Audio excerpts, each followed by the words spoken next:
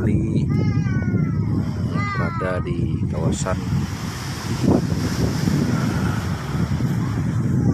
Bagongan, Aceh Selatan.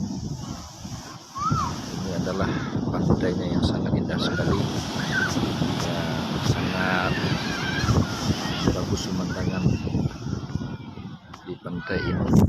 Ini namanya bisa untuk menyeberang ke sana mungkin kurang makan waktu 20-25 menit, dimana di hari libur biasanya banyak yang wisata Pulau Dua ini. Indah sekali lautnya, bagaikan yaitu Nusa Dua Bali. Jadi inilah pantainya yang dimana penuh dengan pepohonan ya rindang. Di sana terlihat laut ya.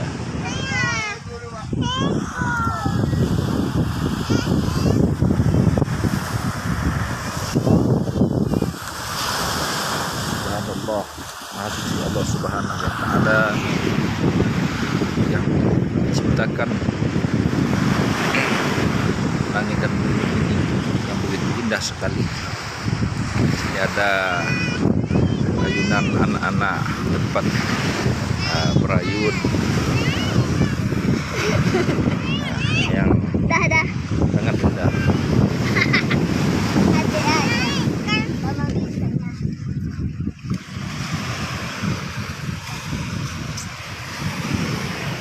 Ini anak-anak lagi berayun di pinggir laut. Ombaknya yang sangat bersahabat di siang hari ini.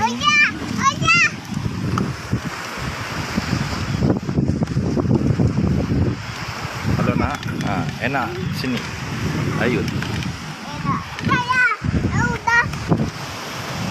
Subhanallah. Inilah keindahan Pulau Dua, dihiasi dengan pondok-pondok kecil, dengan tempat nongkrong duduk.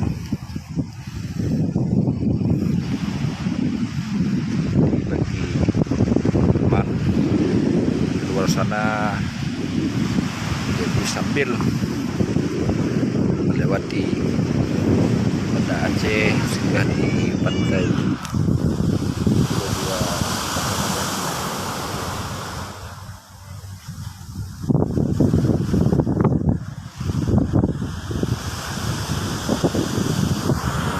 Sore hari banyak sini orang singgah.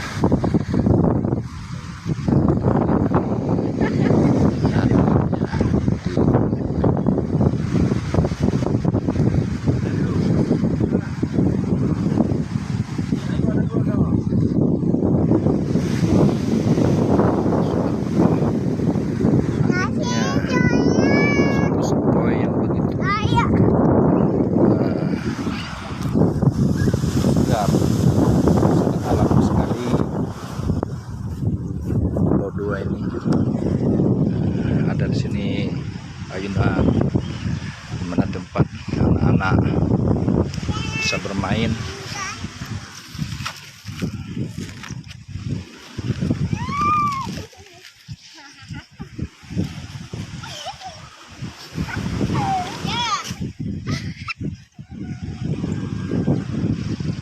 Jangan balap ya. Udah ya. Ya, itu ya. Talinya nggak kuat ini.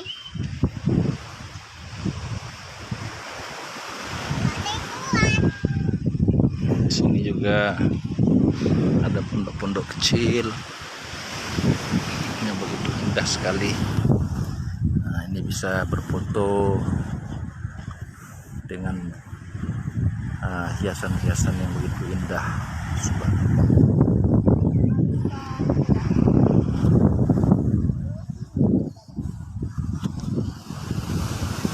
Begitu kita melihat keindahan ini, kita seraya perbanyak ta'ajub. Suruh sini mama. Subhanallah, Baru di sana deh. alhamdulillah, wa la ilaha illallah, Allahu akbar. Selamat. Itu untuk kita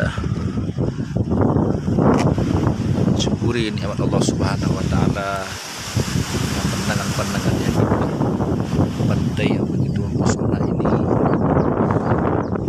Pada barakallahu ahsanal khaliqin, Maha suci Allah yang telah menciptakan dengan sebaik-baik ciptaan. Maka Allah Subhanahu wa taala memerintahkan kita untuk wasiru fil ardi, jalanlah di muka bumi, kaifa kana aqibatul mukadzibin. Lihatlah orang-orang yang terdahulu telah memusnahkan dari Firaun, di mana ditenggelamkan Allah Subhanahu wa taala di dalam lautan. Laut ini adalah merupakan yaitu jundun min junudillah, yaitu tentara Allah Subhanahu wa taala. Yang suatu saat ketika para raja Firaun pada zaman dahulu dia angkuh, sombong kepada Allah Subhanahu wa taala, tidak mau mentauhidkan Allah Subhanahu wa taala, bahkan dia mengaku menjadi Tuhan. Maka Allah Subhanahu wa taala tenggelamkan di lautan merah. Jadi kita semakin melihat keindahan-keindahan alam Allah Subhanahu wa taala ini, semakin bertambah nilai keimanan, ketakwaan kita kepada Allah Subhanahu wa taala.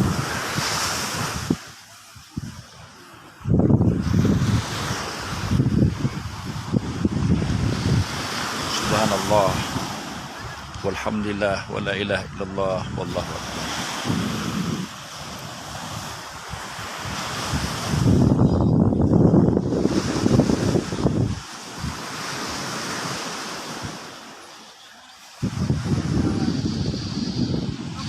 Ar-Rahman 'allamal Qur'an, khalaqal insan, 'allamahul bayan, asy-syamsu wal-qamaru bihusban, wan najmu wasy-syajaru yasjudan, was-samaa'a rafa'aha wa wada'al mizan, alla tatghaw fil mizan, wa aqimul wazna bil qisti wa la tukhsirul mizan, wal arda wada'aha lil anam, fiha fakihatun wan nakhlu dhatul akmam, wal habbu dhul 'asfi war rayhan, fabi'ayyi ala'i rabbikuma tukadziban. Khalaqal insana min salsalin kal fakhar, wa khalaqal janna min marijim min nar, fabi'ayyi ala'i rabbikuma tukadziban. Marajal bahrain yaltaqiyan, bainahuma barzakhun la yabghiyan, fabi'ayyi ala'i rabbikuma tukadziban. Yakhruju minhuma al-lu'lu'u wal marjan, fabi'ayyi ala'i rabbikuma tukadziban. Maka nikmat Tuhan mana lagi yang kamu persilakan? Begitu banyaknya nikmat Allah Subhanahu wa taala yang dianugerahkannya kepada kita di lautan yang begitu indah, dengan ombak dan pantainya yang mempesona, keindahan-keindahan alam dan juga tumbuh-tumbuhan yang begitu indah, warna-warni yang begitu menakjubkan. Maka nikmat mana lagi yang kita dustai? Nikmat mana lagi yang tidak kita syukuri dari nikmat-nikmat Allah Subhanahu wa taala ini? Maka rasa kesyukuran itulah sebagai sebuah tanda di mana kita orang-orang yang beriman ini wa yatafakkaruna fi khalqis samawati wal ardh, mereka merenungkan tentang keindahan ciptaan langit dan bumi, lautan yang begitu luas membentang, ombak yang tidak berhenti dengan yaitu gelombang yang begitu akan menilai dari hamba-hamba Allah Subhanahu wa taala, mana hamba-hamba Allah Subhanahu wa taala yang diberikan nikmat oleh Allah, semakin dekat, semakin taat, dan semakin takarub kepada Allah Subhanahu wa taala. Begitu jugalah nikmat umur yang diberikan Allah Subhanahu wa taala kepada kita. Semakin bertambah usia kita, semakin berkurang jatah hidup kita di hadapan Allah Subhanahu wa taala, maka semakin bertambah pula lah yaitu ketaatan kepada Allah Subhanahu wa taala. Man yazdad ilman walam yazdad minallah illa, sungguh celaka, kata Nabi sallallahu alaihi wasallam, orang yang bertambah ilmu, bertambah di inilah kau pemirsa FB yang dimuliakan Allah Subhanahu wa taala. Jadi keindahan-keindahan ini semuanya sebagaimana kita semakin hari untuk semakin mengingat bahwa ini adalah hanya sementara kita menjalaninya di dalam kehidupan kita ini. 60 tahun, 70 tahun, belum sampai lagi waktu kita sudah dijemput oleh Allah Subhanahu wa taala. Maka keindahan dunia yang sementara ini adalah belum lagi dibandingkan dengan keindahan surganya Allah Subhanahu wa taala. Uiddat lil muttaqin, disediakan bagi orang-orang yang bertakwa. Yaitu orang yang bertakwa itu adalah orang yang bersegera kepada keampunan Allah Subhanahu wa taala. Walaupun dirinya bergelimang dosa, di mana dirinya terkadang banyak lalai dari beribadah kepada Allah Subhanahu wa taala, ketika kita mendekatkan kepada Allah dengan taubat nasuha, maka ketika itu Allah Subhanahu wa taala memanggil hambanya, ya ibadiyalladzina asrafu ala anfusihim la taqnatu min rauhillah innallaha yaghfiru dzunuba jami'a.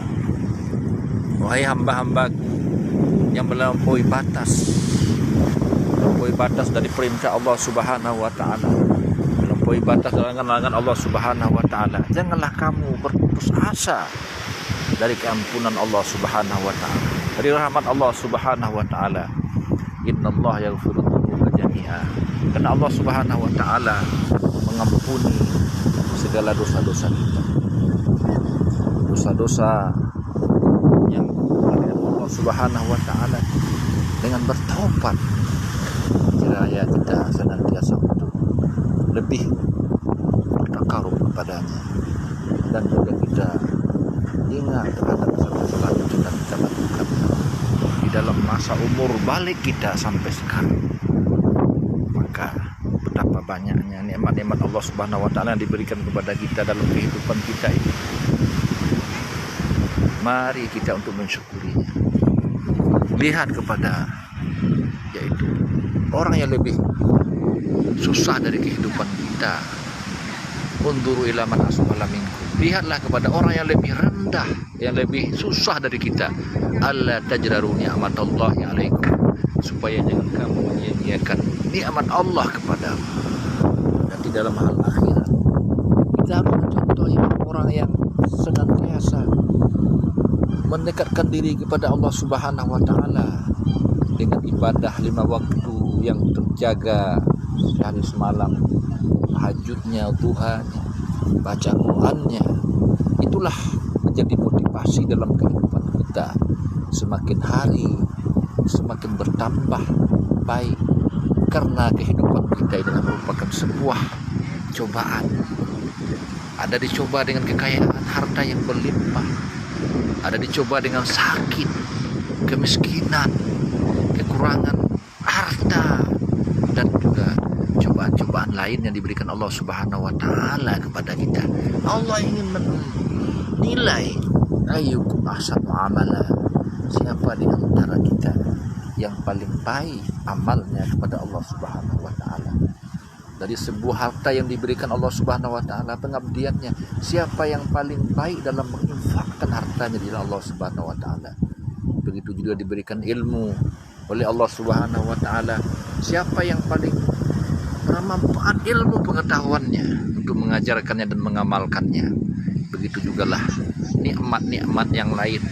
Anak yang diberikan Allah Subhanahu wa taala menjadi amanah kepada kita, menjadi yaitu tanggung jawab. Bagaimana anak-anak ini nanti akan ditanya oleh Allah Subhanahu wa taala, kenapa ketika dia tidak sholat, tidak melaksanakan perintah Allah Subhanahu wa taala, pernahkah kita mengajarkannya? Pernahkah kita untuk mengajaknya untuk sholat, menyuruhnya? Terkadang pada zaman sekarang ini kita lebih takut anak kita gagal dalam sekolahnya, gagal dalam prestasinya. Kadang-kadang begitu pagi hari kita bangunkan anak kita untuk sekolah, enggak mau bangun, kita pukul. Tapi pernahkah kita untuk memukul anak kita untuk sholat? Nabi SAW menyampaikan, muru auladakum bis shalah idza balagha sab'a sinin. Ajaklah anakmu, perintahkan anakmu untuk sholat ketika berumur 7 tahun, dan pukullah ketika dia 10 tahun masih meninggalkan sholat. Hadis riwayat Muslim. Jadi ini adalah anjuran dari Rasulullah SAW untuk bagaimana kita mendidik anak kita, mengajak dia untuk sholat, memerintahkan dia untuk sholat. Maka masa depannya itu ada di tangan Allah Subhanahu wa taala, bukan di tangan kita. Nahnu narzuquhum wa iyyakum, kata Allah. Kami yang memberi rezeki anakmu dan rezeki kamu. Tugas kita adalah mendidiknya. Nabi SAW itu menyampaikan dalam sebuah hadis, didiklah anakmu untuk mencintai Al-Quran, mencintai Rasul, dan mencintai agama. Jadi bagaimana kecintaan dia kepada Al-Quran hingga menambah kecintaan dia kepada Allah Subhanahu wa taala, kecintaan dia kepada Nabi SAW, sehingga yang diidolakannya adalah Rasul Mustafa SAW, yang akan memberikan sebuah syafaat nanti kepadanya di hari kiamat. Maka nikmat anak itu jugalah akan minta pertanggungjawaban oleh Allah Subhanahu wa taala di hadapannya nanti. Billahi taufiq wal hidayah. Wassalamualaikum warahmatullahi wabarakatuh.